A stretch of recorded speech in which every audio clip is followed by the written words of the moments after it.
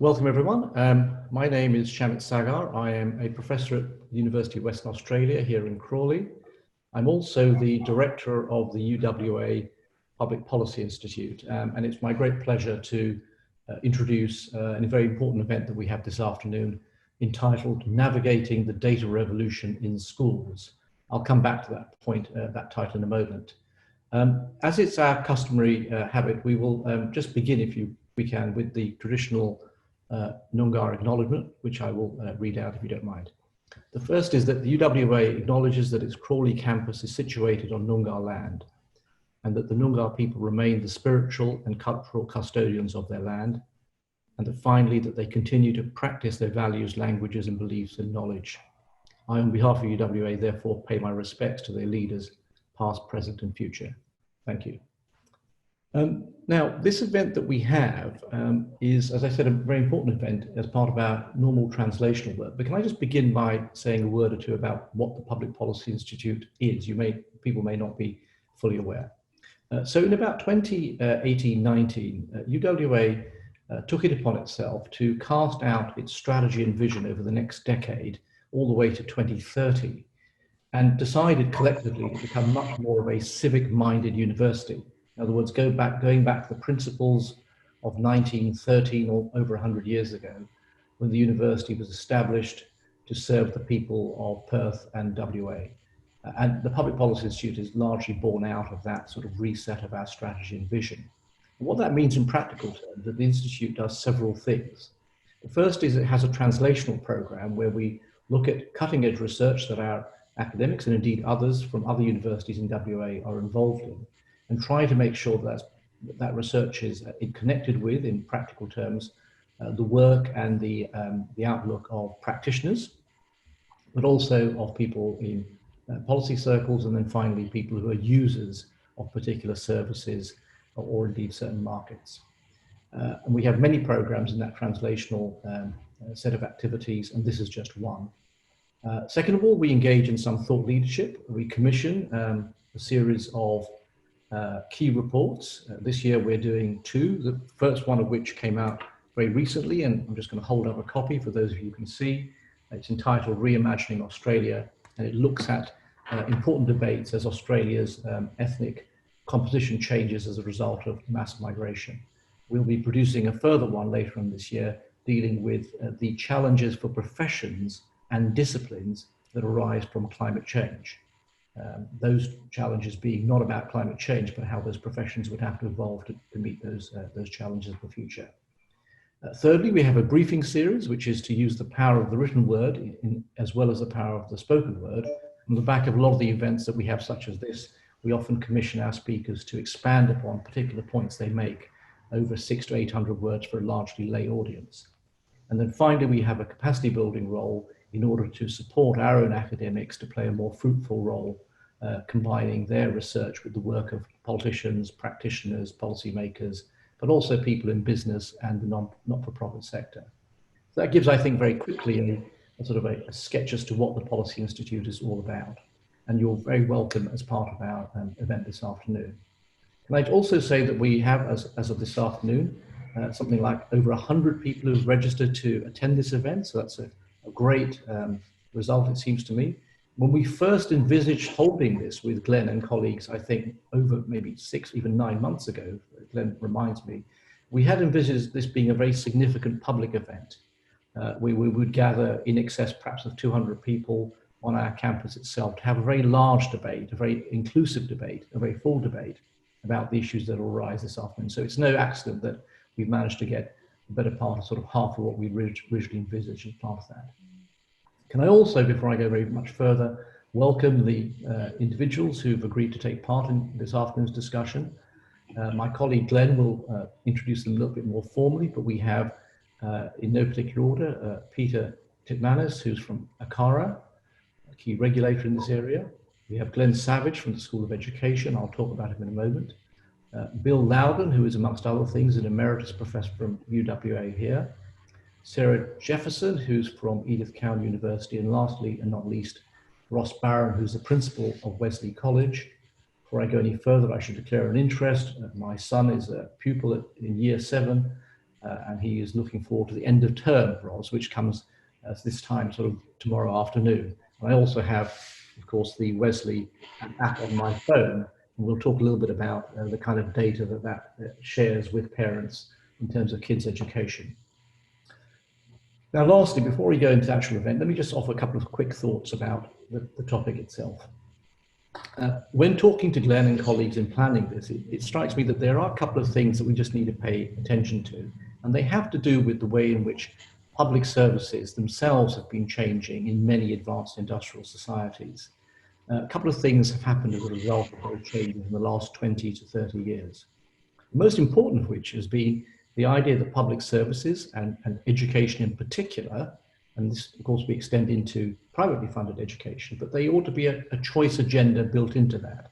That the people who use these services, the people, parents in this case, and pupils themselves, would have a greater awareness of the quality of those programs and be able to compare one with the other.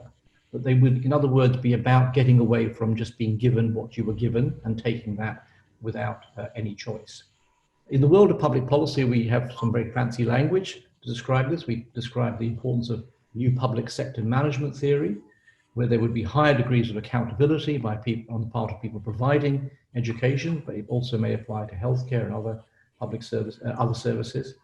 And second of all, there would be higher levels of transparency. So you'd be able to know what's going on a daily basis, if necessary, to your child or your child in every given classroom. If you look at some of these apps, they do purport to sort of provide and share that information in very, very real time in a way that was unimaginable not so long ago. The My School website, which allows parents to sort of inspect what's happening in schools, is a sort of byproduct of this revolution, and data is a very important element that comes out of that. In the country that I come from, Ofsted, this Office for Standards in Education, was established almost 30 years ago amid enormous controversy. And I'd only make the very simple point that there isn't any serious commentator or politician on the front bench of the left or the right of British politics who would now contest the idea that that regulator, Ofsted, should actually have a role in taking a look very closely at what happens in school and in turn sharing that back with parents. That sort of argument, that debate to some extent, it seems to me has been settled. But we'll hear more about the data revolution here in Australia in a moment. I also say, I'm of course throughout all this referring to data here. I'm very clear that in Australia we refer to the idea of data, so forgive me if that's what I'm describing in all this. But let's now turn to the actual debate that we want to have about what's been going on in schools and how schools have been able to engage in this revolution or not. And I'm going to hand over now to Glenn Savage. And can I just briefly describe who he is for those outside of UWA? Glenn is, amongst other things, a fellow here at the Public Policy Institute, and that reflects a certain very close collaboration that we've had with Glenn and 15 or 16 others who are fellows of the Institute. He is more formally an associate professor in the Graduate School of Education, and he, of course, has had a very significant sort of career so far, particularly but in universities he's been at before, looking at the relationship between school autonomy and parental engagement, and that, of course, is the subject of a current ARC grant that he holds that particularly focuses upon disadvantaged communities. The running order this afternoon will be, Glenn is going to be talking and sort of setting the scene in the next sort of 7 to 10 minutes. After that, the panel will take over and talk to Glenn and discuss some of these topics for the best part of half an hour. And then we'll have just a little over half an hour turned over to Q&A with the audience participating using the Zoom functions that we have in front of us, with an aim to wrap up shortly before 5:30 this afternoon. With that in mind, can I now hand over to Glenn to take us through this discussion? Thank you. Well, look, first of all, I would just want to say thank you everyone for joining us today. So it's a real pleasure to be here in my house currently to host this virtual forum on navigating the data revolution in Australian schools. And I want to particularly thank some people I can see on the list who are international and also across Australia today. In thinking about how to say a few words to start this event off, I got kind of interested in the idea of revolution. You know, revolution is a really interesting concept. You know, to talk revolution is to talk big. You know, revolutions are supposed to revolutionize, to overthrow, to enforce dramatic or wide-reaching change to impose a new order on a set of relations. Underpinning today's event is a provocation, which is that schooling systems worldwide are undergoing a data revolution. That is, vast and fundamental changes in how data is produced, used, and understood. And as a result, significant changes in the conditions of possibility for how we engage with education. Schools, for example, are now awash with data. At no time in history have parents, students, school leaders, and policymakers had such widespread access to data on a dizzying array of indicators about how students, schools, and even systems are performing. Schools themselves are also data factories, producing new forms of data through the use of online and mobile learning apps and platforms. This data revolution has been driven by technological advances that have not only made it possible to generate extraordinary amounts of data, but have also allowed this data to be widely spread and consumed. If you take a step back, in a historical sense, you might say, well, we've always had forms of data about students, about teachers, about schools. And that's true. From the dawn of schooling systems, there have been various examinations, metrics, report cards, and other evaluative mechanisms that have produced information. The past 2 decades, however, have seen what I would call deeply transformative shifts in terms of the forms of data that are possible, and also how these new data forms impact what we know as schooling. And attached to these shifts are often grand hopes and grand promises, from tech companies who promise a revolution in how we experience and understand learning, through to bold claims in policy that we can use big data to identify evidence that tells us what works to improve schools.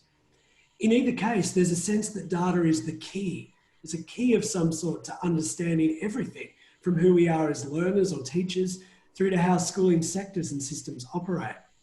And such claims are part of broader arguments, again, that we are witnessing a fourth industrial revolution driven by new digital technologies that are ostensibly transforming our societies, including how we think, how we learn, how we work, and how we go about our daily lives.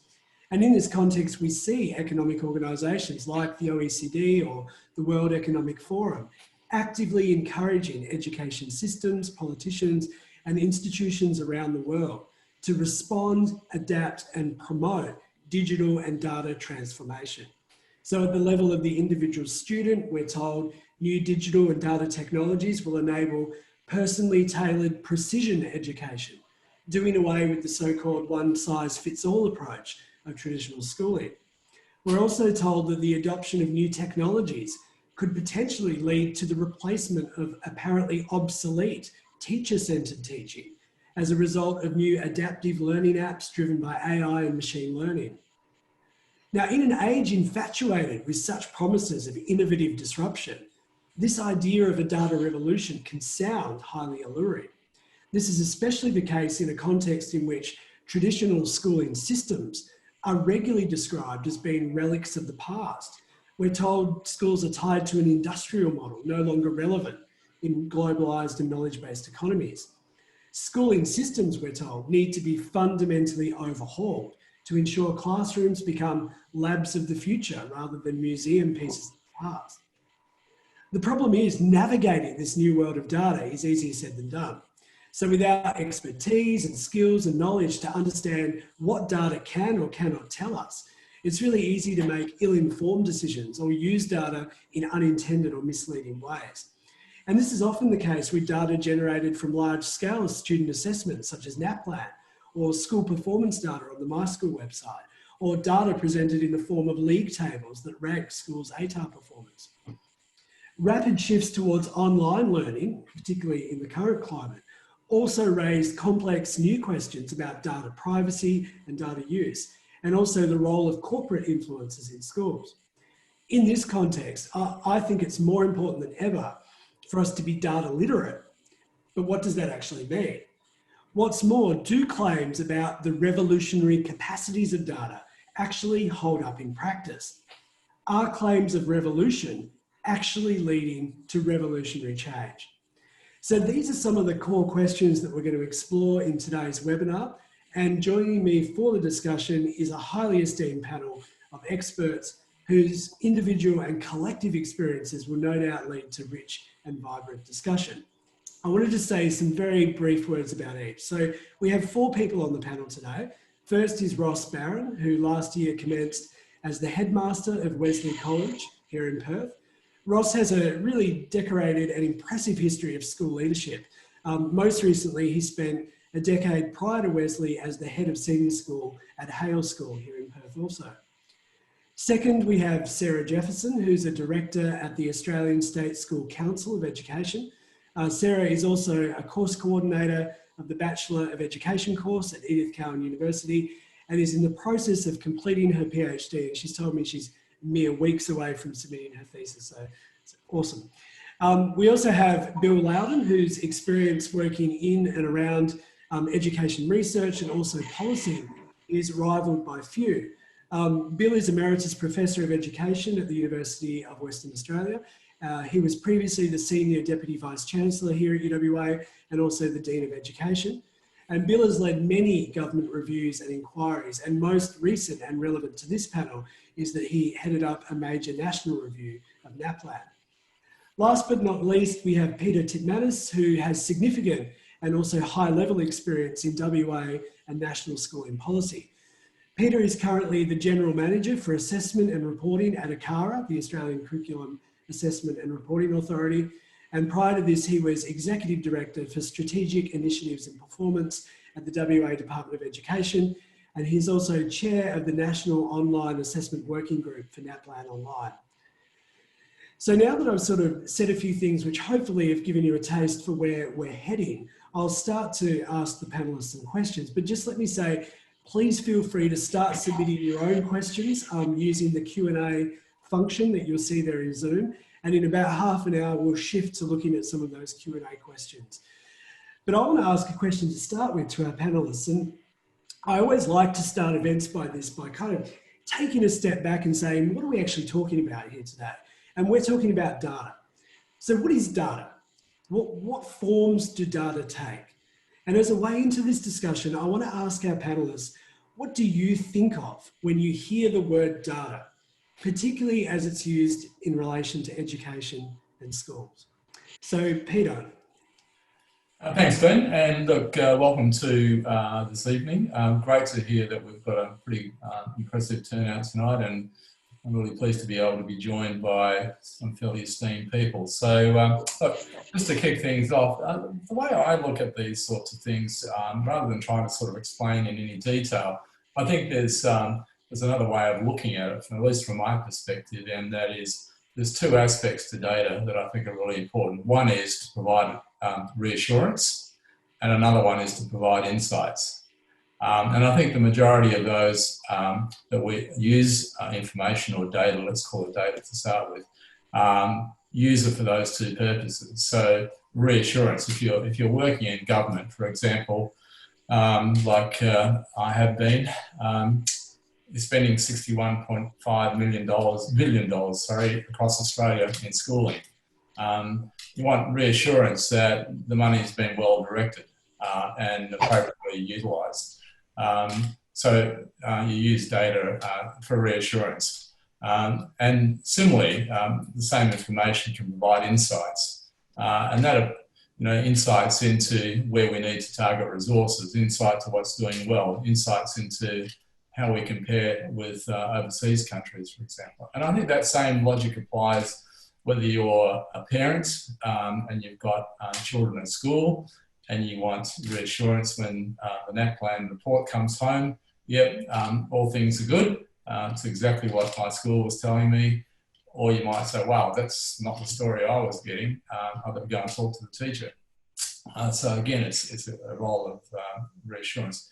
And it also provides insights when you get information back from the teacher or the principal or various other sources that says, well, yeah, maybe I need to take a look at something that I wasn't aware of and follow that up. So from my perspective, it's a neat way of actually talking about data, that it actually services these couple of pretty high level functions.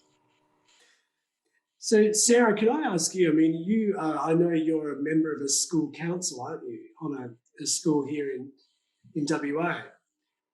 Sarah, can you tell me, as a parent, so to speak, Peter has provided a really interesting look at how policymakers might use data for informing policy decisions. Like, as a parent, what sorts of data are you seeking out? What are you wanting to know about your school at the local level? Right. Well, first of all, I think when we're talking about data, it is essentially just facts, isn't it? And it's often the information that contextualises the data that's really important for parents.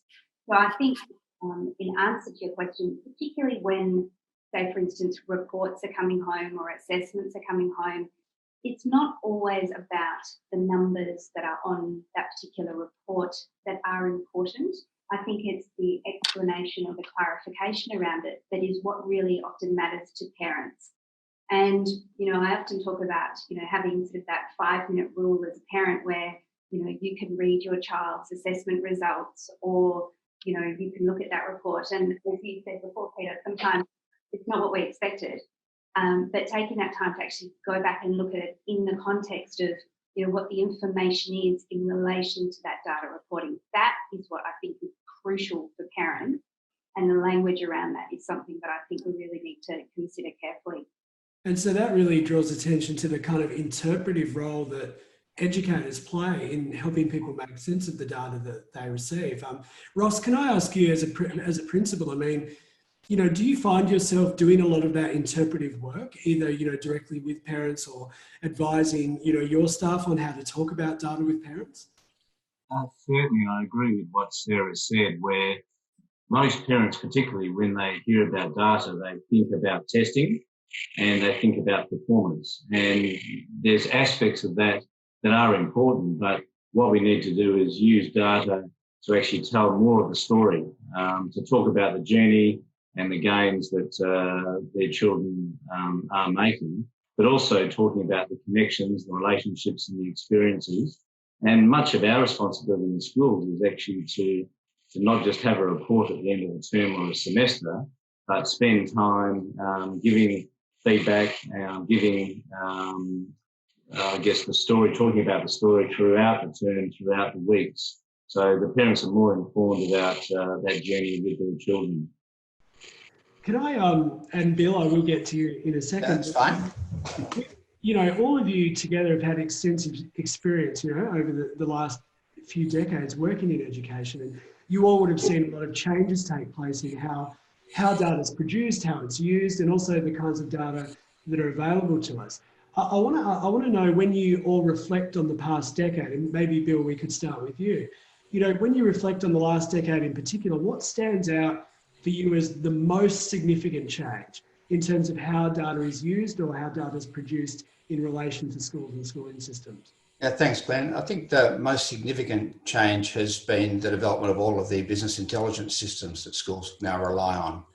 I can remember in about 2005, when I was working on and off with Peter Chipmanis in the education department, he was running a program called Monitoring Standards in Education, which produced these sort of computer printout sheets, which principals were sent and then lost mostly. And I can remember a friend of mine, Helen Wilde, who was Dean of your faculty, Glenn, wandering around schools with a box of erasers and pencils, teaching principals how to do boxer whisker plots so they could make something of the data that Peter's printouts were giving them. And they had no idea. They often couldn't find the bits of paper. But I remember one year we actually had to get a bootleg illegal set of the data from the department because the principals not enough of them could find it. And we're so far away from that now. If you look at the sort of best in class data management, which is probably New South Wales, who've got a system called Scout, which is a real sort of current generation business intelligence system where you can look at this and that and attendance and achievement and growth in achievement, and it all comes up in lovely graphics. I mean, what you do with it's the next problem, but we've travelled so far from, pencils and erasers and box and whisker plots on bits of paper. Yeah. Peter, from your perspective as a policymaker, I imagine that, you know, the sophistication of the kinds of data that are available, but also the centrality of it in your work informing policy would have changed significantly over the last decade or two. And I guess, like, is it hard sometimes to keep up with all the, you know, the new types of data that are there to be used, and how to actually make them make a difference, so to speak? Look, yeah, Glenn, that is true to a degree. I think one of the things that, as Bill said, the enormous explosion in what's available. You know, if we just take a look at the information systems that schools now run, you know, financial information, you've got attendance information, you've got a lot of information about the background and types of kids you're putting in. You've got the test results, you've got their ongoing achievement results that the teachers are putting in. So it's an amazing set of information. What I don't think that we're quite up to speed with is the utilisation of that information. There's these promises of, look, you know, real-time information for teachers as they're teaching. That's the big promise. I think we're a long way from that.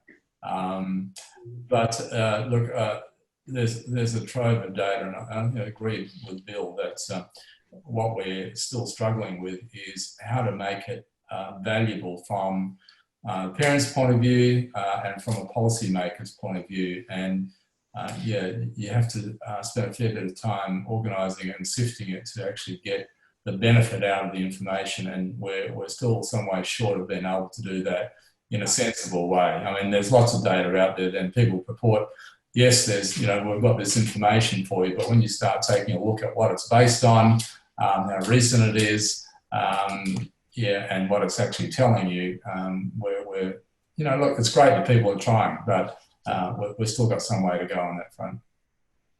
Yeah, because I mean, I think the examples that you and Bill have provided both, or for me at least, underline the fact that, you know, not only has there been a kind of proliferation of data, but the data takes such varied forms. You know, and to me, this raises a different sort of question, which is, what is useful data? You know, because not all data is equal in the sense of how it might be able to be used. And so, and in saying this, immediately I'm thinking, you know, what might be useful for me as a parent might be quite different from, you know, my role as a researcher or the work of a policymaker or a principal. So I'm wondering if any of you can offer some ideas about what you see as being useful data from your perspective, and why it's useful. Like, how do you actually use it to make your work or your role better? Ross, can I ask you? To answer that question, probably leading on from what Peter said, what I've seen within a school setting is we're starting to get better at collating a lot of the data, because there's so much out there, and we're getting better at actually finding data that will actually be useful. And we're seeing more about themes that we can use with our benchmarking, but also with our data we're getting from students in real time, and then we can actually tailor what we're doing in the classroom. And I think of an example in the last 3 weeks within Wesley, where with our benchmarking with the year group in our junior school, we now know, after some benchmarking we did earlier this year, there's a bit of a lag with their literacy levels. So we know there's something in the next 6 months that we can do for that particular cohort that will make sure that we put in some interventions and some resource to try and help them in the short term. So I agree with Peter, trying to actually find data that's useful amongst all the data that's out there is the difficult part. But I think schools are getting better at trying to find what is important and putting to the side what not is useful or important. Do you think there's a thirst for data amongst parents? I mean, are they seeking out, you know, data? Are they engaging with it in what you would see as a kind of literate or nuanced way, or do you often feel that you're putting it out there and not necessarily getting the reciprocation? There's a growing trend of a bigger take-up. Certainly parents want that summative information. Where's my child? How do they fit in?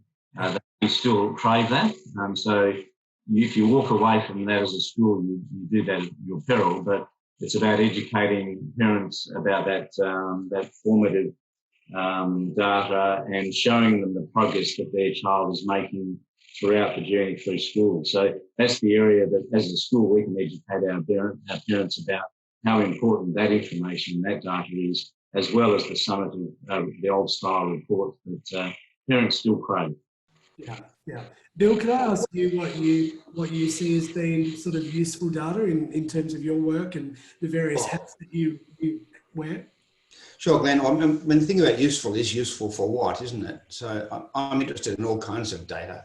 I'm interested in PISA and TIMS and PEARLS and NAPLAN because I'm interested in national policy, and they're important tools in giving you a sense of what's changing and what's not changing, but not of much interest to teachers. PEARLS is not of much interest to teachers, I wouldn't have thought. Interesting to me because when I see changes in year 4 achievement in reading in Australia, improvements in PEARLS, then I can see them in NAPLAN in year 3 and 5. I think, well, that's good.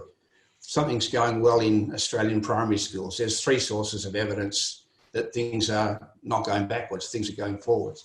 So I'm interested in that kind of data, but I'm also interested in really fine-grained data. I'm working with teachers and coaches in the Kimberley, trying to decrease the odds that kids won't learn to read. And so we're assessing 2 or 3 or 4 times a term kids' phonemic awareness, because phonemic awareness precedes the capacity to decode and then to read unfamiliar texts. So really, we're looking at really fine-grained data for that purpose. Yeah. Another context, I'm involved in a school improvement program the Fogarty Foundation runs, as we've had a lot of value out of looking at school culture through an index called the Occupational Health Index. And it's kind of a precursor to school improvement. You can see as the school culture improves, their capacity to get a grip on the problems they're working with and get some improvement follows. So it's sort of a precursor to improvement. So I'm interested in all kinds of data is the answer. Yeah. So on that, I mean, you made a really interesting point about the bigger data, the more nuanced, fine-grained data. I get a sense though that often discussions about school success, school quality, national success do get reduced down to what we might call kind of high stakes data that's produced through standardized testing programs such as NAPLAN or the OECD's PISA, which you mentioned. And maybe they come to be seen, whether we like it or not, as a major force in determining how we understand what is a good school or what is student achievement and even what is equity. Now, I know I'm at the risk of opening the floodgates, but can I ask each of you, kind of how you understand the role of standardized testing, particularly NAPLAN, which is high on the mind of many people in Australia, but also PISA? What do they do you've mentioned a little bit already, Bill, but maybe from some of the others, Sarah, I'd be interested. What do they do, these tests, that's valuable or not so valuable? So when I have repeated this line, probably ad nauseum, since I think I was one of the people who was in the room initially when NAPLAN was being devised, that it is just meant to be a snapshot. And I know we've all heard that tagline, and more broadly, probably PISA provides that contextualised picture of education on a global scale. So I think what those tests do is it's created almost a double-edged sword in education, in that it does create or demand a more substantial level of accountability of all stakeholders, of all our people involved in those communities of practice, the students, the parents, and the teachers. But at the same time, I would argue where it's problematic is because it often makes demands of those who are least equipped to address and manage the issues that are highlighted. And problem of the importance probably of having standardised testing, but also the accountability it creates. Yeah. On that, can I just say, I mean, when people talk to me about NAPLAN, people often say that, the problem with it is that a lot of people don't know what it can or cannot tell us. So, as a result of that, people kind of assume too much or not enough, or they misuse or they misunderstand the data. And, I hear this in relation to everything from, parents who might be led to believe that NAPLAN can be equated with school quality, through to kind of broader claims that policymakers use the data in ways that it was never intended. Bill, can I ask you, just given that you recently headed up a review into NAPLAN, do you think it's correct to say that the potential value of such a test can be obscured by a misunderstanding of what it can or cannot tell us? Well, there's nothing much that can't be misunderstood, Glenn, is there? So I don't think the possibility of misunderstanding is, is decisive here. What is NAPLAN? These are test scores, and that's all they are. They're test scores on a day, in a moment in time. So, for the obvious statistical reasons, if you want to look at patterns in those test scores, they'll be much more useful at a national level and pretty useful at a state level and quite useful at a school level and one of a number of potential estimates at the individual level. If you want to know what your kid can do, if your 8-year-old can do in reading, ask the teacher. If you want to know what your 8-year-old can do in relationship to other children that the teacher doesn't teach, you might want to have a look at some other standardised test scores. But then you want to do that in triangulation and you wouldn't want to rely on a single measurement.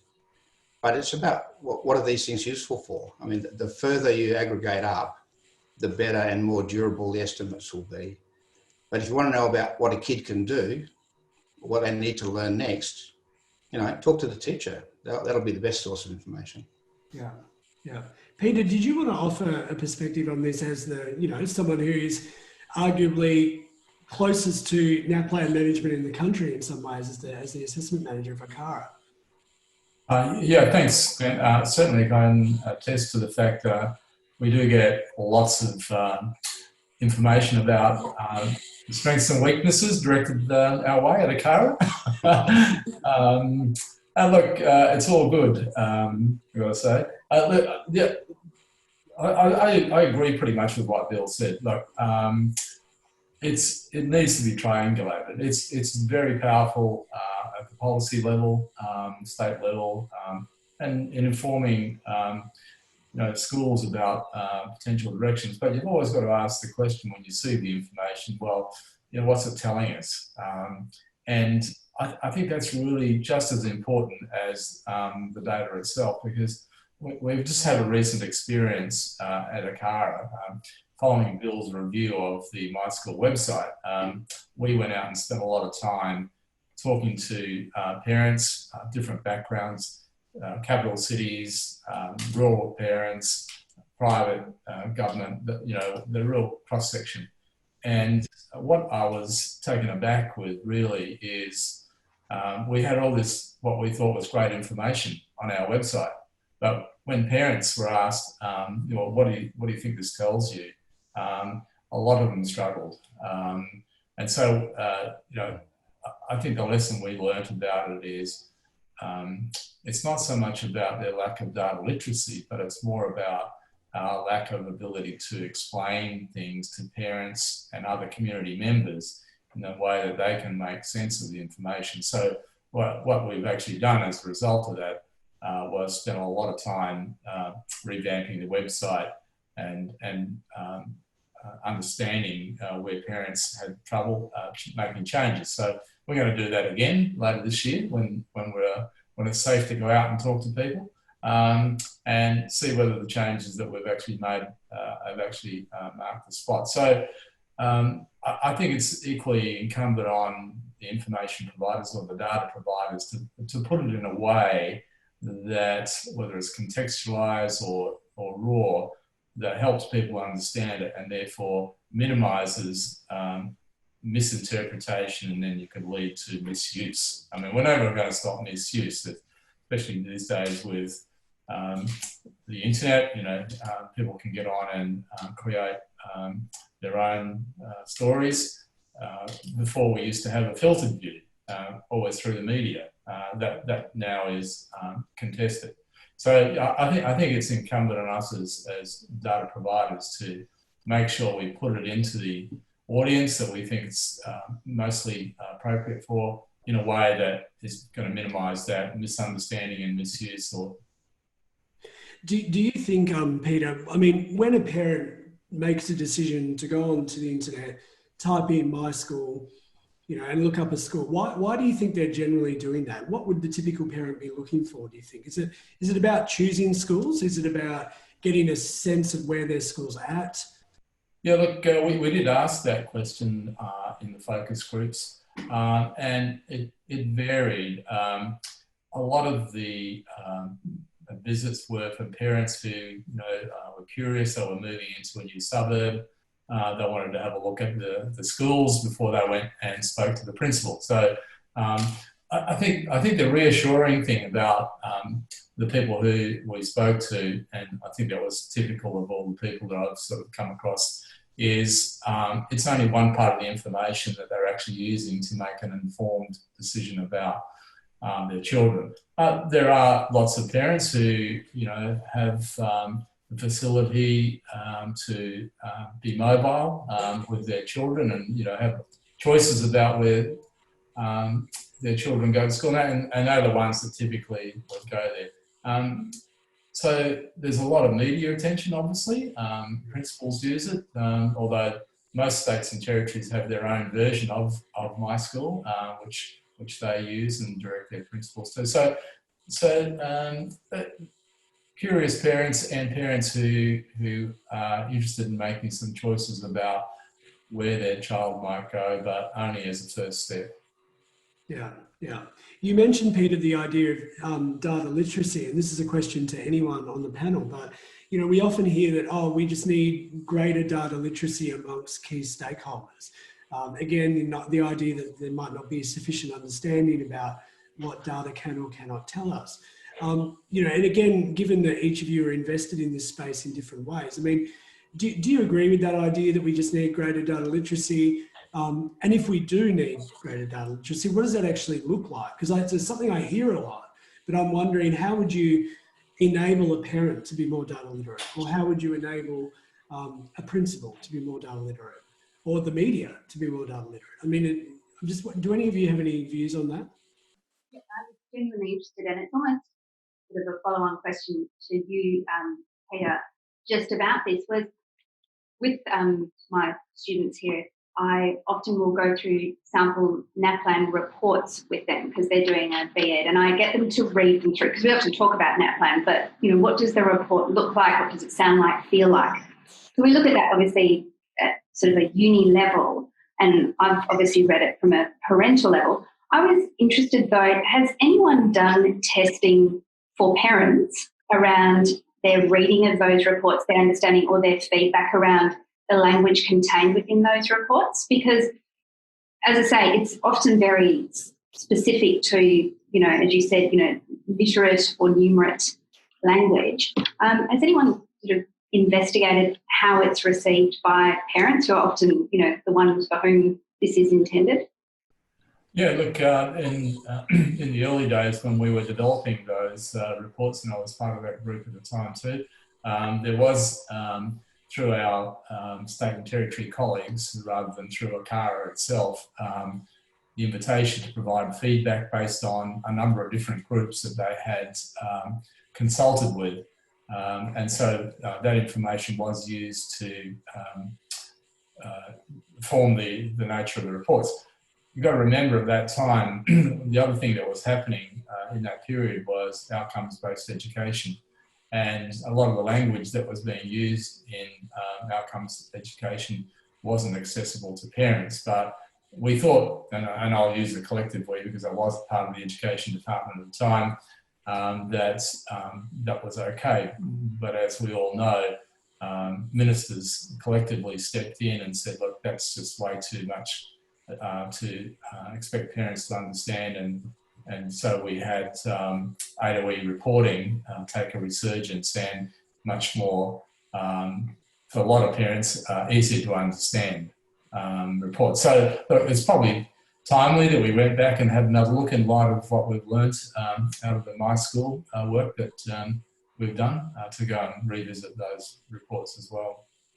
I think, we talk a lot about the data that is available and how it's timely and there's so much of it.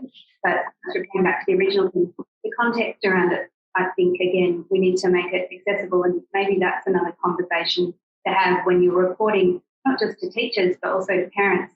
Sometimes you've got slightly different audiences and you need to tailor accordingly. Yeah, look, my view is that principals and teachers generally do a pretty good job. I mean, they don't just lob into the hands without some context. And Ross can probably talk a little bit more about his experience in that space. So it's intended to be standalone, but I know from my personal experience that there's a lot of work that goes in quite often by the schools themselves to contextualise the information, along with end of semester reports and other information. So we've got a few, I don't want to talk about NAPLAN and My School the whole time, but we've got a few questions here along the lines of, are these things worth it? Are they worth putting all the time and resources and effort into it? And also a few questions around the idea of, are we teaching to the test too much? Either, are teachers putting too much of their pedagogical effort into seeking to get good scores on NAPLAN? So does anyone have respond to either of those two ideas? A year or two ago, I was wandering around Australia talking to teachers about how they use NAPLAN. And I went to quite a few schools. I had a fair few stories told to me about how in my sister's school or at a school down the road, there's a lot of teaching to the test and it really narrows the curriculum, but we wouldn't do it here. I think there's a bit of a difference between the sort of the urban myth of how much the degree to which people do close it down, and teachers' own good sense about how much practicing a test will actually help you perform on the test. I mean, clearly some practice, if you don't know how the test works, if you don't know how to colour in the dots, you need to have a bit of a practice at that. But I don't think there are many teachers who really think that endlessly practicing a test or narrowing teaching right down to what you think is in the test is going to be the most productive way of moving forward. I must say, though, that the long delay between people doing the test and getting the results doesn't help. Having the test a fair way into the term doesn't help. It leads to the possibility that in some schools people might spend too much of first term. I think it would be worth thinking about bringing the NAPLAN test as far forward into the year as is practicable in terms of enrolment, just to minimise the time that's likely to happen. But I think by and large teachers are too smart to think that endlessly practicing the test will really work. I know people talk about it a lot, but I haven't seen so much of it in practice. So out of the most recent Gonski report, there was a plan put forward to create an online, on-demand formative assessment tool. And I know that there's work undergoing in that direction, across the country at the moment. Would such a tool that teachers could access when they needed to provide data, when they needed it on young people, whenever they wanted it, is that a good direction to be moving in, Bill, do you think? And would that potentially replace a NAPLAN style test in the future? Or would you need both? Well, I think it will be a good thing. And I've been very encouraged by the work I've seen being done in that space. So, unequivocally a good thing. I think it's much better if teachers are able to do tests on demand, to have a look when they feel it's a good time to have a look. But I think that that sort of on-demand testing, you can build it into a genuinely diagnostic instrument. And I think it's always going to be hard to get that out of a 45-minute test. So it's a horses for courses thing. I think there probably continues to be value in a light touch, infrequent check on every kid, supported by assessments that teachers can draw on daily. I mean, there's nothing more powerful in terms of improving kids' learning than teachers being really well informed about what kids can do now and what they're likely to do next. But that's very textured and detailed stuff, such as you might get from the assessments you're talking about, not likely to come from a mostly machine-marked 45-minute test. Different tests, different purposes, I think. Different assessments, different purposes. I was going to say, I think that's the key point, isn't it? A lot of the value out of NAPLAN, as we've said earlier on, comes from policy work, informing policy directions. But there's another value that comes out of NAPLAN is that we have a very small Aboriginal population. As an example, in Australia, there's probably only about 250,000 kids enrolled in our schools across the country. And in order to be able to understand how these children are travelling, to inform policy, you actually need something like the NAPLAN test. As difficult as it is sometimes to capture enough of those students because of the mobility and other reasons, I think there's value for small groups, and Aboriginals aren't the only one, but we've got lots of ethnic groups coming into the country. Being able to understand those groups and where we need to target resources at a policy level is pretty important, and that's difficult to do in another form. But I totally agree with Bill that having both is probably the best combination. Having opportunities for teachers to administer some assessment of some sort at the time that they've finished teaching an area or about to teach an area, and having that information available to them pretty much instantly, that's pretty valuable. And that's the feedback we're getting at ACARA and AITSL and ESA. These are organisations that are working on that idea of how can we improve what's available for teachers to inform their teaching. Could I take a step back for a minute? And at the beginning, I talked about the idea of revolution a bit. And I wanted to sort of change our conversation to think about that promise of data revolution that we often hear about. Do you think that, I mean, particularly, again, as I said, from tech companies and others who've got obviously a vested interest in this, but we often hear that, data is going to revolutionize everything about how we do schooling. And I want to know what you all think of that provocation. Do you think that that's true? Do you think that, we've entered a period of data use that has the capacity to transform how we think about schooling and how we do schooling, sorry. Sarah, did you want to say anything on that? One of the things I think it's really important for us to be aware of, and you referenced this earlier on, Glenn, where you said data is the key.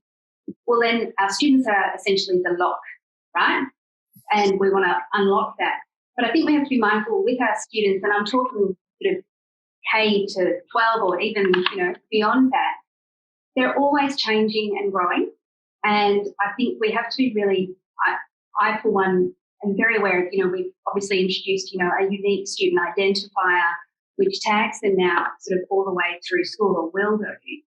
And all of their assessments, everything kind of is carried along with that. But I think we need to be careful with that in terms of within that, their capacity to change and grow and do better, or equally to regress when we're looking at those patterns. But we constantly need to be interrogating data when it comes through in the context of the student that's in front of us. Do you think we're on the precipice of a revolution? I think we're in a revolution. I don't think we're on the precipice. I think we're in a revolution. I think 30 years ago, school report went home once every semester, and if you were a kid on the bus and you didn't want your parents to see it, you lost the report and it didn't matter. Now, parents wake up every day and there's an update to information. Teachers are doing a phenomenal job, and they are really in the centre of dealing with this revolution, and so is everybody else. Well, Ross, can I ask your perspective? Because I mean, if you've just taken on a role recently as headmaster of a school, and I mean, when you look forward, say over the next 5 or 10 years, to what the Wesley of 2029 looks like, or so on. I mean, how do you see this broader notion of a data revolution informing what that school looks like, how it goes about its daily business? Well, I think where the last 10 years and then going 15 years, there was a data chaos and data bombing. What I'm seeing now is the revolution is actually making sense of trends and seeing themes coming through, but also amid the chaos where educators are getting better at actually understanding all the chaos and understanding themes, and then tailoring the interventions and our resources, and actually being much more targeted with that data that we are getting. we've still got a long way to go, but what I'm seeing is a wonderful trend that we are starting to understand a lot of the data we are getting and using it better than we were even 3 years ago.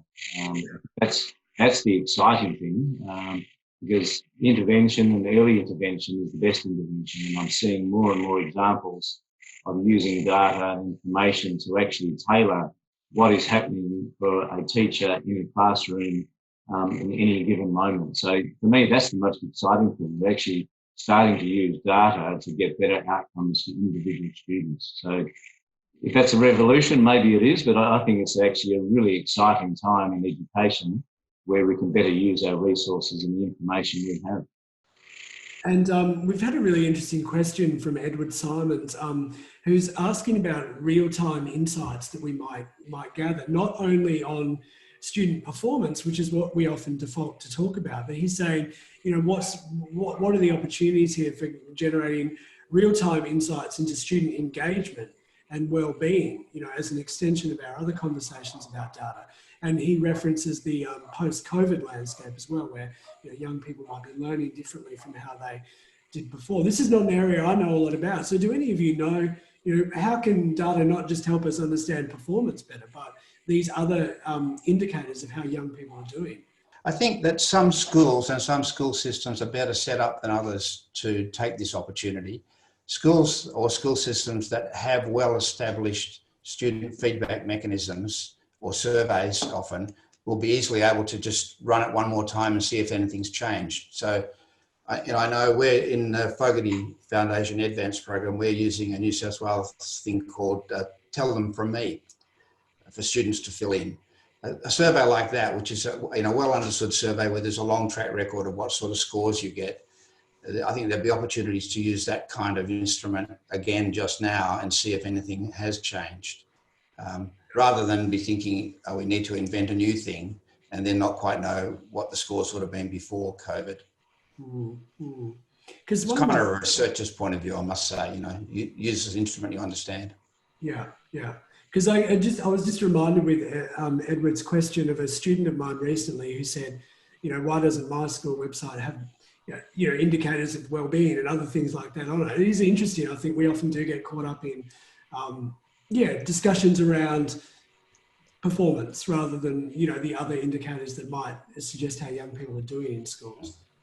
Yeah, Glenn, on that score about my school not having more information, there's certainly an appetite to do that, and there's lots of discussions around the moment to try and find something that's suitable and that we could actually utilise there. And it's not that it hasn't been tried before. There has been a mandate for education departments to run these surveys of well-being, parent satisfaction, student satisfaction, teacher satisfaction every 2 years. And so there is information. This goes back to a point that or at least I was trying to make before. It's data, and what we need to do is turn it into something that the people who are going to be looking at it can make sense of. And I think that there's a lot of interest in those sorts of things, and cross-curriculum competencies, as they're actually called, these generic skills that we expect and want our students to have. Similarly, but there's still some work to be done in trying to identify suitable instruments, as we call them, suitable ways of gathering that information and turning it into something that makes sense to teachers and makes sense to the public. And I think as well, Peter, it's a question of scale, because I think if I wanted to know about wellbeing issues or other things related to my child's education, often it's a school-dependent, context-dependent conversation that you need to have. And actually, it's just got my mind thinking about how do parents engage in this current climate? Like, what are the main ways in which they might engage with the school and get information or data from it? And which, in a kind of COVID landscape, has got me thinking about apps, portals, the whole range of different ways in which parents now can provide information and also receive information about schools. And yeah, I mean, with that comes interesting challenges. So often, you know, there's a lot of influence there from corporate players, ed tech players, who, you know, you can use that data in different ways, who, you know, can potentially generate profit from data that's used through these things. So I'm sort of trying to shift the conversation on thinking about, you know, technology in schools, the work of tech companies in helping us make data and making new ways of liaising with schools from different stakeholders. Does anyone have any comments on that particularly? Yeah, look, let's go back to a point that you made a moment ago when we're talking about, you know, well-being and those sorts of things. I think there's an important source that we've got to keep coming back to, and that's the child themselves and the child's teacher. Because you get a pretty good feel as a parent about what's going on, mostly. As the kids get older, you don't, but you certainly get a fair bit of feedback around the climate in the school, and do they feel safe?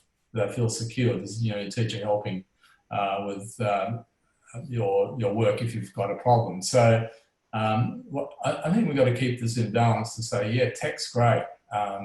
We need that to add to help teachers do, you know, pretty challenging job a lot of the time these days.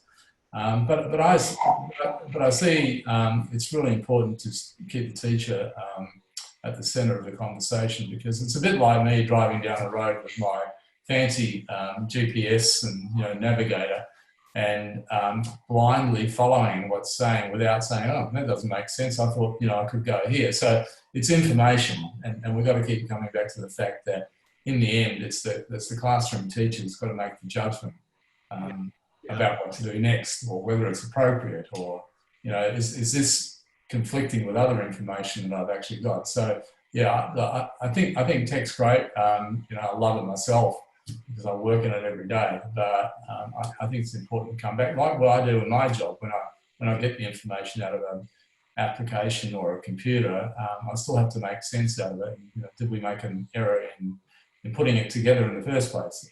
You know, does it fit with other information that we know? Yeah, yeah. And on that, Peter, I mean, I often hear concerns around the use of, you know, technology in schools, particularly technology from for-profit organisations, you know, concerns around who owns data, data security, data privacy. I mean, especially in terms of the data generated about young people being owned by, or at least stored in servers owned by corporations. You know, I think, you know, we're in a context now where whole schooling systems often rest on the use of, you know, new digital platforms that store everything from kind of individual student data through to school financial data, and even conversations that take place between parents and teachers through online messaging systems. So, I mean, this is a question to any of you, but I mean, do you think our school systems and schools are doing enough to tackle these potential privacy and data issues? Are we, you know, are we nuanced enough in our engagement with ed tech, I guess I'm trying to say? Well, I'll say one thing and I'll keep quiet for a while. I seem to be monopolising the conversation. I think it is a concern that we keep an eye on who's actually got access to the information. So quite often people sort of jump to the physical stuff, you know, is it going to be hacked? But I think it's equally important to know, you know, who's looking at the information in those systems. And I know collectively across the country, there's a lot of work that went on, and it's probably still going on, to try and support principals in their decisions about these tech companies and software vendors more generally, by saying to them, well, you need to check these sorts of things before you jump in and sign up to use this, you know, this product that seems fantastic. There's a couple of checks that you need to go through. Now, some of it, if you're part of a large system, is done for you, but it's, and large organisations have got a reputation to uphold, so that generally speaking, they try and attend to these things. But it's these small operators that might just work with, you know, a small handful of schools that sometimes fly under the radar. So yeah, look, I think it's as we've seen, you know, the Cambridge Analytica large organisation mining information for other purposes to which it wasn't originally intended to be used. So there are examples even with large organisations. But I think the systems. Well, certainly I can speak for the WA department. When I was there, we were anxious and we were working to help principals with their decision making around those applications. Yeah. I mean, I must admit, I've got a 4-year-old who's in kindy this year in WA, and we use the various apps, to speak with the teacher, and they use it to gather information from us. And I often do wonder where's all this information? Where is it out there, and how could it be potentially used? And then other times I think I'm just being paranoid. It's just it's day-to-day stuff. But I mean, yeah, I do personally worry about this. I think there's sort of reassurance for large organisations, like ACARA, for instance. The Australian Government Signals Directorate has a range of requirements that we as large organisations need to meet in terms of where the data is stored, what sort of access people have to it, who's got access to it, their criminal record and police checks. So there's a range of things, and we also run what we call penetration tests. We have companies that specialise in hacking come along and have a look at our information to see how secure it is. Now, very hard for an individual school to do all that. That's why I think systems are trying to support their school information systems networks with that same sort of requirement. It doesn't flow through to maybe an app that you might download and somebody might be using, but certainly I think there's a lot of work goes in to try and reassure ourselves as bureaucrats that we've done all we can to try and protect the information. Nothing's fail safe. There's always a risk, but there's a lot of work goes in to try and minimise those risks. I'm going to ask one more question, and then I'm going to shift to some of the Q&A comments that we've been getting through. It just seems remiss of me not to ask a question here about the evolving state of AI, or artificial intelligence, and also machine learning. These new kind of technological advances are, making it possible to kind of capture, produce, and use data in new ways. And, I always hear claims now that, adaptive testing would provide more meaningful student assessment, right through to kind of arguments that these technologies might utterly transform how schools work and potentially even replace the teacher or the classroom as we know it. So I'm interested in how the panelists see this evolving field of AI playing out. What are the real consequences of it that you see on the horizon for how schools operate? Shall I have a go, Glenn? Yep. It's not clear to me how quickly the AI will make a difference, but I want to say in the other direction that the grammar of schooling is very strong. The way that schools are organised, the way that students and teachers and parents are used to interacting, the way that groups are organised in schools, the way that schools are regulated by time and terms and curriculum units, all that kind of grammar of schooling stuff is really very strong and very robust over the decades, almost over the centuries, I think. So although I'm sure there are all sorts of wonderful opportunities to do things more economically and more sharply with AI, it'll continue to be in the context of, I think, human interactions between teachers. People who want to learn and people who want to teach will continue to work together in real time and rely on the warmth between the teacher and the learner as a major driver for people wanting to learn. Bill, last year I was at the South by Southwest EDU Festival in Austin, Texas, and I went to a terrifying presentation where we're essentially told that, like, using this program that they were spooking, that the teacher would be repositioned as a data manager and would spend 80% less time in front of students because the students would be so engaged with the AI-enabled learning apps that they were providing that the teacher wouldn't be needed in the way that they were needed before. Maybe I should ask you about this, Ross. I mean, can you see a school in the future where teachers are more managing data and working with AI than they are face-to-face in front of the children? There's certainly a place in the short to mid-term of using AI. We're looking at the moment with a relationship with the companies to talk about using AI for feedback and actually streamlining that with some of the run-of-the-mill feedback that we want to give more to students. So there certainly will be a place. What's been interesting with the COVID situation, we were online for about 12 days with our students, and what the students, the feedback from hundreds and hundreds that we've spoken to is they missed the routines. They found they got through a lot of reading and material quickly, but they really missed the human interaction. They missed their classmates. They actually missed their teachers, which you never thought you'd hear students say that. But also said the best part about learning is bouncing ideas and understandings and different perspectives on whatever topic it is. That's the bit they enjoy. So in time, will AI be at a level that it actually replicates that human interaction? Who knows? But certainly in the short to mid-term, that human aspect is the part that you can't replicate with machines. We may get there in the future. I feel, Ross, like the COVID experience has really highlighted some inequalities though within our schooling system. I mean, just anecdotally, you know, I have a niece who has been able at her private school to transition almost seamlessly onto Zoom style platforms. You know, she was attending class as usual. She was missing all those things that you mentioned, but she was still essentially doing school. And I have nephews on the other side of the family who was sort of let loose. You know, they had a couple of worksheets provided to them. They'd sort of lost their anchorage in life for a period of a few weeks.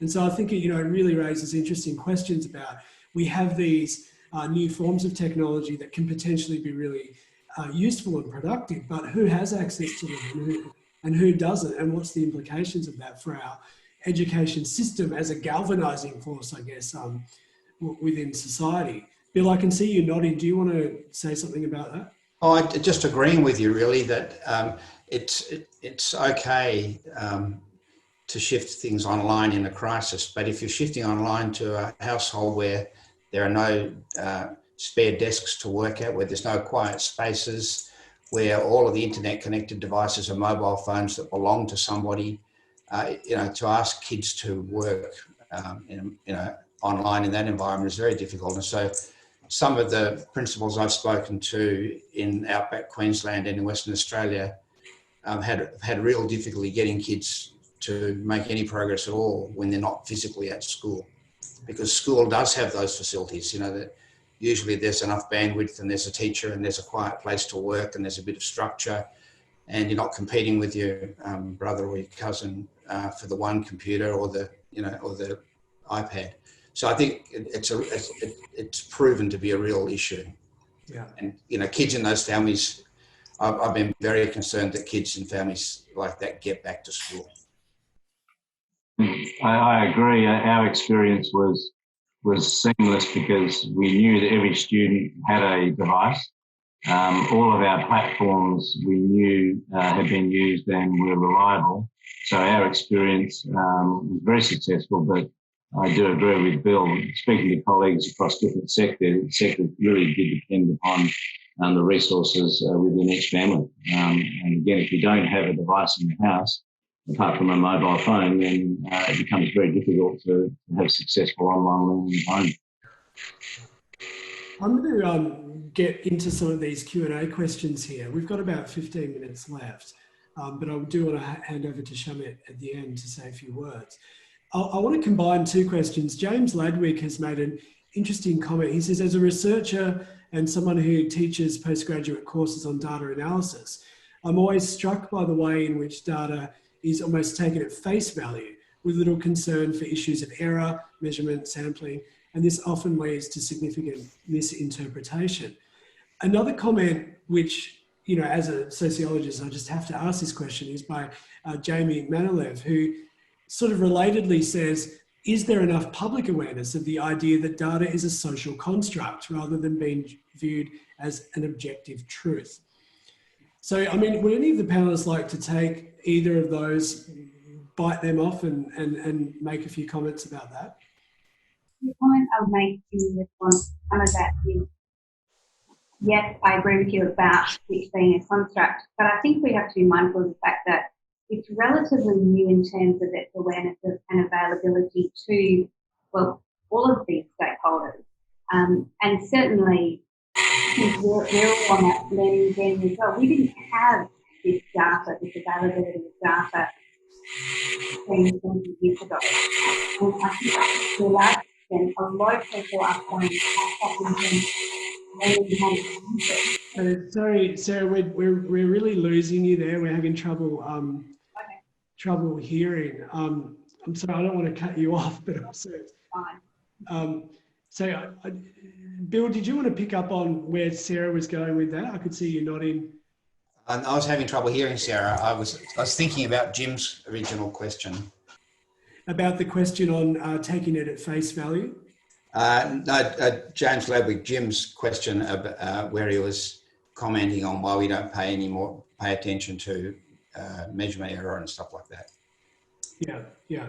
And do you think that's true? I mean, if Sure. I take my researcher hat off and talk to my, mum or friends or whatever, I think they do see things like NAPLAN as representing the truth about a school. Not because they're not educated, but because they're perhaps not across the nuances of what it can and cannot do. Sure. I mean, the more that one knows about how tests are constructed and how they're scored and how sampling is done and so forth, the more cautious a person's inclined to be about drawing conclusions. Yeah. Which is why at the very beginning of this webinar, I made the point that we're much more secure in reading the results across the nation than we are across the states, than we are across schools and so forth. There's a bit of a cascade there. So I'm very confident about measurement errors once you gross up to school districts or schools even. But we need to be much more cautious about what sort of an estimate any test is of an individual child, which is a bit of information at a point of time, given what you can find out in a half an hour or an hour or so forth. So, the more secure you want to feel about a kid's achievement, the larger sample of student behaviour you'll want.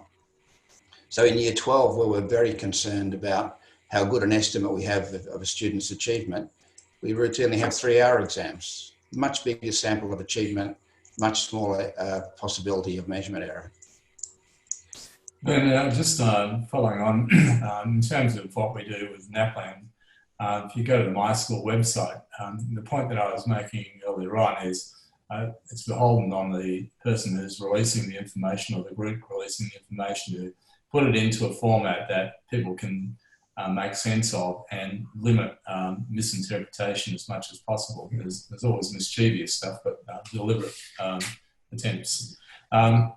So in what we actually do there is we try and, for people who don't understand measurement issues and psychometrics and test construction, what we use is a traffic light system. And we do statistical tests to make sure that when we turn what we call the traffic lights on, so if the school's green, we've done those statistical tests, but also checks of reality with our colleagues in the states and territories to say, well, if it's green, the evidence that you have, does that support the fact that this is a really good school? So we are making sure as best as we can that it limits misinterpretation. So there's lots of schools that coloured white. Well, they're tracking exactly as you'd expect. They're not doing good or they're not doing bad, but most schools are doing a pretty good job, but there are some exceptions, and we try and point that out using the traffic light system. Now, it's not fail-safe because the media like to do other things. They ignore all that information and then just rank all the schools. We're trying to work with media and others to try and minimise that, but of course they make money out of it. So lots of things that we do don't seem to matter. There's an interesting question from Sally Larson who says, it's interesting to hear the perspective that parents have more data about what their kids are doing at school. I have 3 children in primary school and haven't found this to be true at all. They do use apps and Google Classroom in upper primary, but the data generated by these apps is not shared with parents. Maybe this is school dependent. Ross, do you think that a lot comes down to the school leader, in terms of or even the individual teachers, in terms of how data is packaged up and sent to parents and interpreted for them? I think it would be school and maybe system dependent and depend on a whole lot of factors, including resourcing. So certainly within our journey, we've got a portal, which is the one-stop shop, if you like, and we're using that to give digital feedback on a continual basis. So we're getting significant amounts of digital feedback term by term, which then guides, and certainly the end of semester report would not be a surprise because of all that feedback that's been given throughout that semester. But I do think it would vary between schools. I'm not sure using a phone app to give that feedback would be that user-friendly, but each school will make decisions, I guess, that suits their environment the best. Yeah. So I'm going to ask one more question that's a combination of two, and then we'll hand over to Shamit to finish. Stephen Colber asked, how can academics and universities become more relevant to the work of teachers and schools, which is something I think about a lot. And sort of related to that, Kirsten Hancock asked, should our already crowded teacher training programs include modules on how to assess and evaluate what makes good and rubbish data? So there's sort of two slightly different but related questions there on the role, I guess, of the academy and how we, the nexus between us and policy and us and schools, I think also. Bill, did you want to say anything about that, given your significant history in this space? Well, I don't. I mean, who am I to say? I think it's good when academics work on problems that are of interest to people who run schools or work in schools. As an academic, you get a lot of opportunities to study all kinds of stuff, and as you know, Glenn, provided to publish in good journals, you'll be well regarded by your colleagues. But I think it's great when academics are working on things that are of real interest. People who are playing on the centre line in the footy, not in the back pocket. And do our team, Sarah, I'm hoping, Sarah, your audio might work this time, but as a course coordinator of a program, do you think more needs to be done to engage teacher candidates in the kinds of discussions we're having today?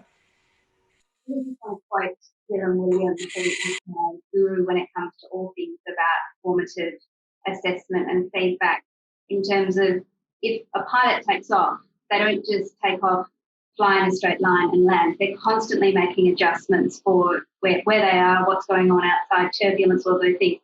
And part of our core business, certainly in the course I teach, is teaching our pre-service teachers how to make those adjustments.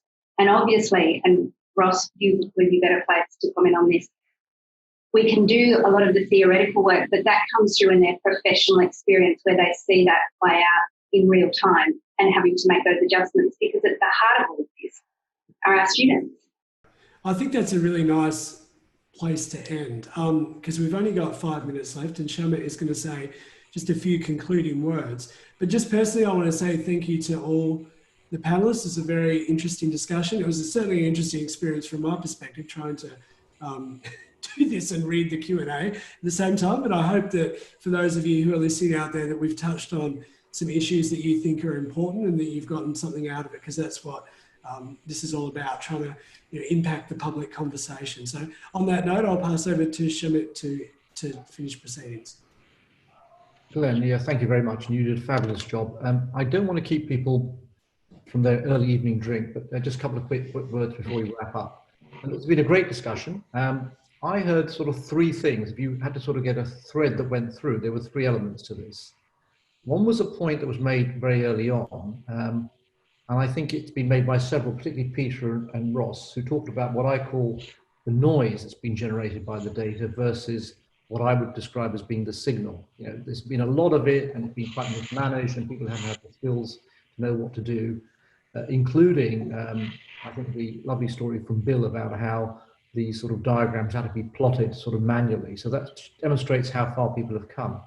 And so that really points to where we are now, and this point that was raised just a moment ago, which is we've come as far as, if I've heard rightly, a traffic light system, which kind of goes with the kind of rule of thumb. People live their lives on the basis of shortcuts, heuristics, and we need to kind of recognize the behavioral side of this, so we can collect all the data and all the insights we want about how your children are doing in your local school or not so local school. But it kind of depends on how people are going to consume that data. The second thing I heard was terribly important, which was something that was mentioned by Sarah in passing, which is what on earth do we know about how parents themselves navigate this data? She in fact proposed the idea of having a test or some sort of measurement, some sort of way of working out who's misusing this. I mean, never mind the upside, there may be a downside in which people would be, I mean, I don't think they're going to confuse a traffic light system, but it may well people read the data back to front, they read diagrams back to front and so on and so forth. So there's a kind of question mark as to who's least able to navigate this. And that leads to the third and final point, which is I think I raised at the beginning. This session was called Navigating the Data Revolution in Schools. You could equally, while we're at it, talk about navigating all sorts of other things. You could be talking about navigating markets and public services. Very similar debates have been going on with medical literacy and how doctors interact with their patients. Elsewhere, between banks and insurance companies and their customers, we call that financial literacy. And without sort of, laboring the point, I mean, I come as a background having been a former higher education regulator, financial regulator, and one or two other things. One of the things we did many years ago was to help people navigate financial markets. We invested hundreds of millions of UK pounds into developing comparative information websites. So people would sort of log on instantly and know in a nanosecond which insurance company or which bank was going to be best for them or potentially rip them off. Very laudable objective. We discovered two things. One is people don't use this stuff. You're just as likely to buy your insurance product on the basis of a conversation with your neighbor while you're trimming your lawn as you are to go onto these websites and interrogate them in detail. And second of all, we discovered those who are most likely to use them are in fact likely to be middle-class, well-educated people who are in the business of making informed choice. So we've been very successful in doing all that, and I suspect something very similar has been true in this example. That those who are able to navigate are more able than they were previously, but those who are never able to navigate complexity and choice may not have been able to keep up with this sort of revolution. So there's a kind of real unfinished business. And I think, I've heard many things that the panel were commenting upon, which reinforce that. But these are all for another day. I thought it was a very rich discussion, and thank you very much, Glenn, and thank you very much to the panel for taking time out. And on behalf of the Institute, it's been a great discussion. Can I lastly finish by thanking the PPI team, Annika, Anna, and Tam, who in the background have seamlessly put this together. And I very much invite you to take part and participate in future Public Policy Institute public events that we've got coming up. If you have a look at our website, you'll see that we advertise them. We're very happy for people to participate. But this is really kind of our core business, to make sure that academic excellence meets practitioners and professionals, meets policymakers, meets users or consumers. All these four constituencies need to come together, and we're happy to try to facilitate that on behalf of UWA. On that note, I'll leave it. Thank you for your time.